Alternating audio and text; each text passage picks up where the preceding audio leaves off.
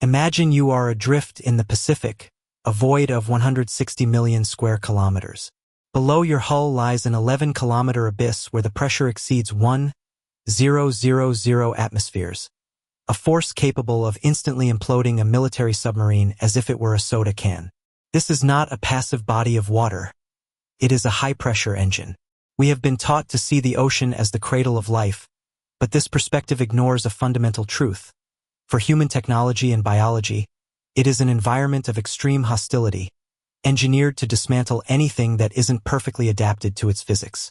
The serene blue surface is a dangerous illusion. The legends of sea monsters and phantom zones that dominate our perception of the ocean are a failure of imagination. They are a substitute for understanding the powerful physical, chemical, and biological systems at work. We will not indulge in myths. Instead, we will dissect the real mechanisms behind the Pacific's most notorious anomalies.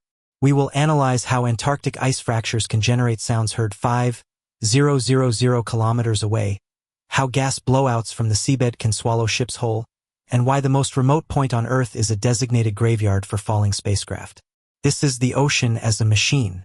In the late 1990s, a network of sensitive military hydrophones, originally designed to track submarines, recorded an event that defied all known references. It was an ultra-low frequency sound of immense power, nicknamed the Bloop. The signal was so massive that it was simultaneously detected by sensors spread across 5,000 kilometers of the Pacific. It rose in frequency for over a minute, peaking with a volume that dwarfed the call of any known marine animal, before fading back into silence.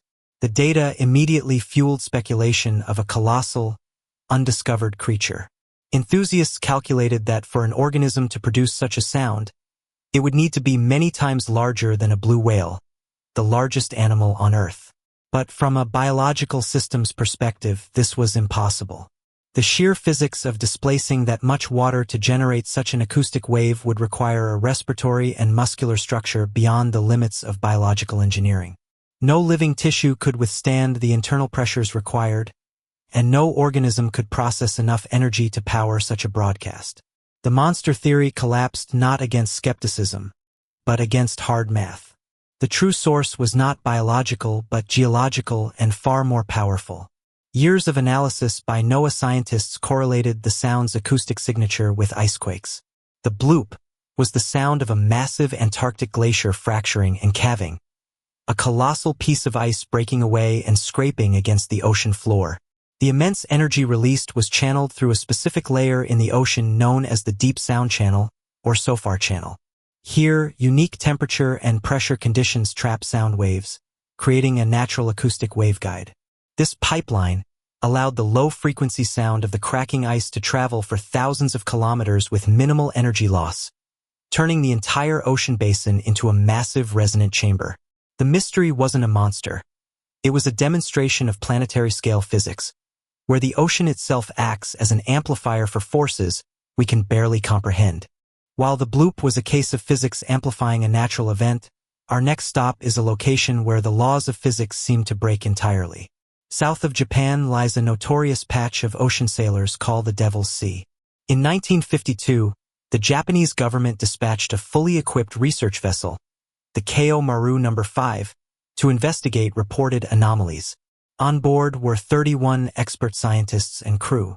The weather was perfect, the sea calm. Then, radio contact ceased. The ship, a robust steel vessel, vanished without a single distress call. Subsequent search missions found nothing. No oil slicks, no debris, no life rafts. It was as if it had been erased from existence.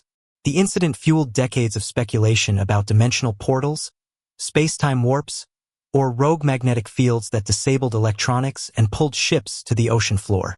The narrative was one of supernatural intervention. The reality, however, is a terrifying intersection of geology and fluid dynamics. The true culprit was not a tear in reality, but a sudden, catastrophic loss of the water's physical integrity.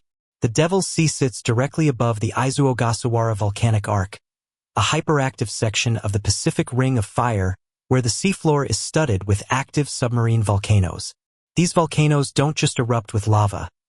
They can release immense, high-pressure plumes of methane gas that have been trapped in seafloor sediments. As this colossal bubble surges towards the surface, it violently churns the water column, instantly and drastically reducing its density. The ocean transforms into a turbulent, aerated foam. For a ship positioned over this eruption, the principle of buoyancy is abruptly cancelled. It is no longer floating on water, but suspended over a gaseous froth that cannot support its weight. The vessel doesn't sink. It plummets as if a hole opened beneath it, dropping into an empty well. The water then rushes back in, closing over the ship in seconds, leaving no time for an SOS and pulling all evidence down into the abyss. The Ko Maru wasn't claimed by a paranormal force. It was a victim of a predictable, yet instantaneous, hydrodynamic failure. While the ocean can hide its mechanisms, sometimes we find objects that defy all context. Recently, a deep-sea ROV exploring the abyssal plain off Alaska encountered such an anomaly. At a depth of over 3 kilometers, where pressure exceeds 300 atmospheres, its lights illuminated a smooth, golden hemisphere fastened to a rock.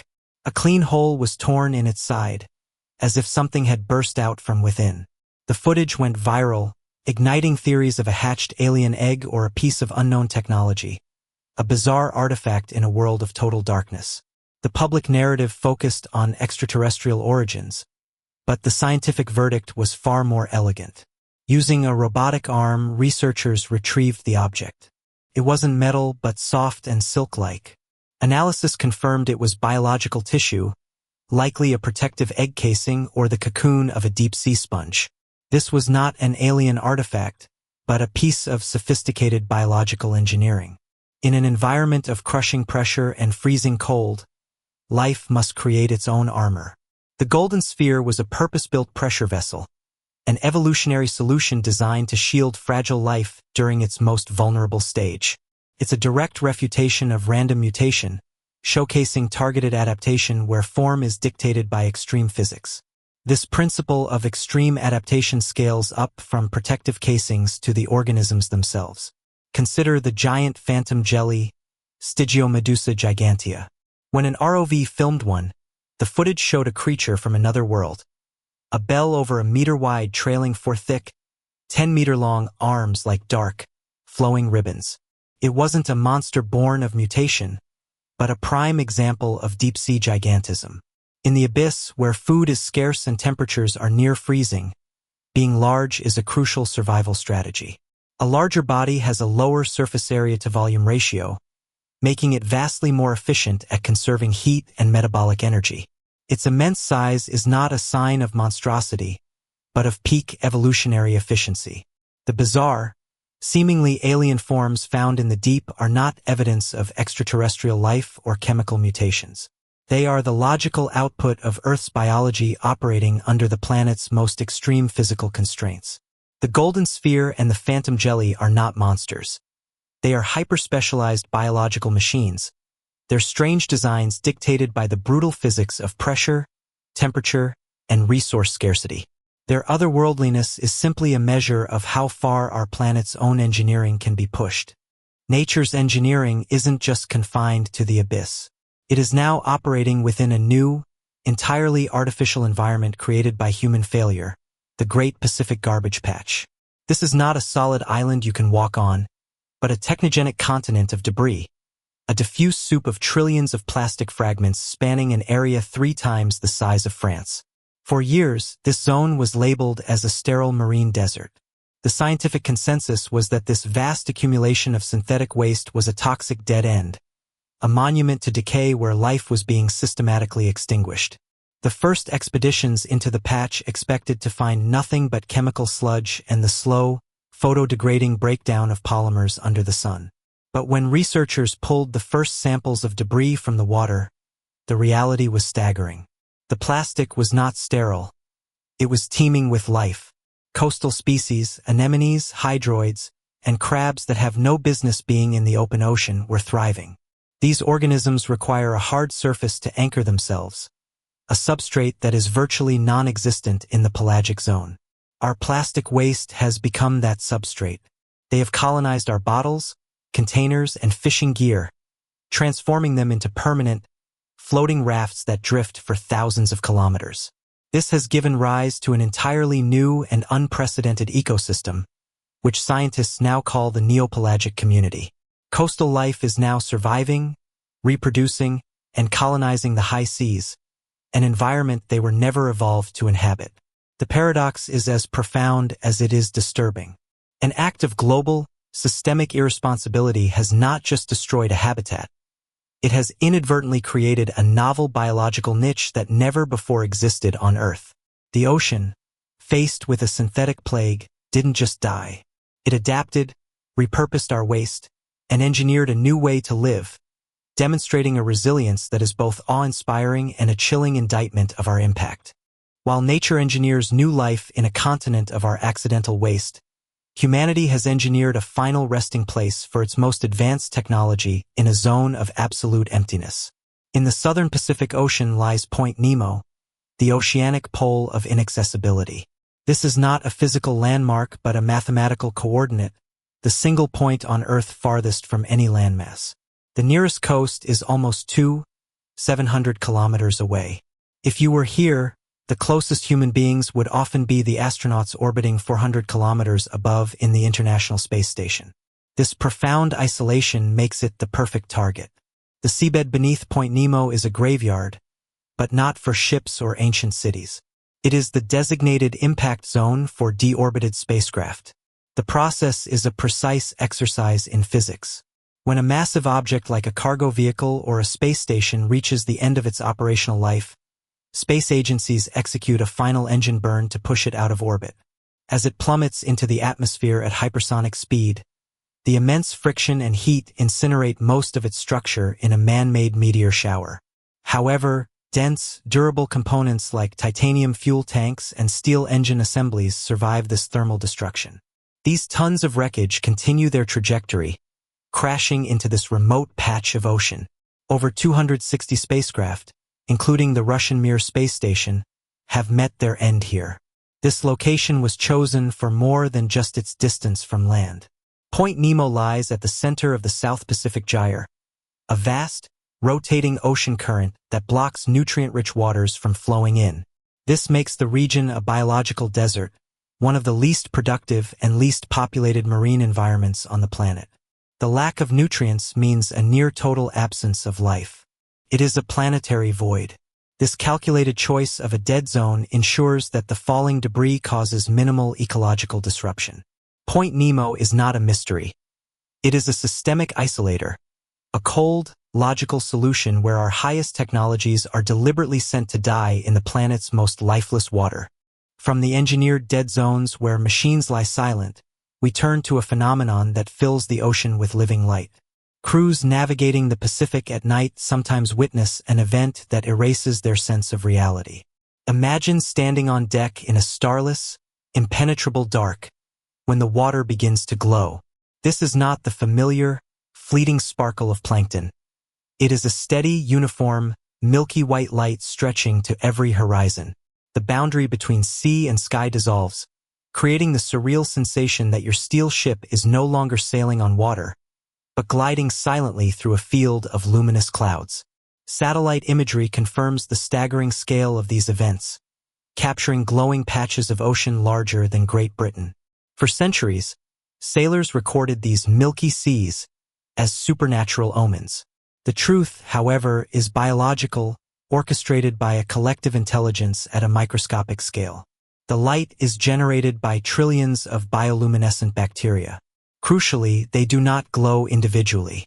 They use a process called quorum sensing, releasing chemical signaling molecules to take a constant census of their own population density. As the colony grows, the concentration of these molecules increases. When it reaches a critical threshold, it triggers a synchronized genetic switch across the entire population, activating the genes for light production all at once. It is a decentralized consensus, a chemical vote cast by trillions of organisms to turn on the lights together. This spectacular display is a calculated survival strategy. The vast, steady glow acts as an irresistible beacon in the deep ocean darkness, attracting fish and squid to feed on the bacteria-rich water. Once consumed, The bacteria find a safe, nutrient-dense environment inside the host's digestive system. The host animal then becomes an unwitting transport vessel, carrying the bacteria across vast distances to colonize new areas of the ocean. The Milky Sea is not a ghostly anomaly. It is a brilliant, coordinated biological advertisement, engineered by a microbial collective to ensure its own propagation across the planet's largest and darkest spaces. We began by challenging the ocean's myths and found something far more compelling: its mechanisms.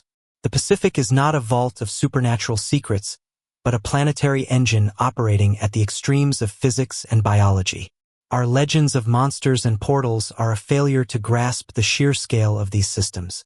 The ocean's power can swallow ships and shatter continents of ice, yet its adaptive fragility can build new life on our own plastic waste. We have mapped the surface of Mars with greater precision than our own seabed. The age of mystery is over.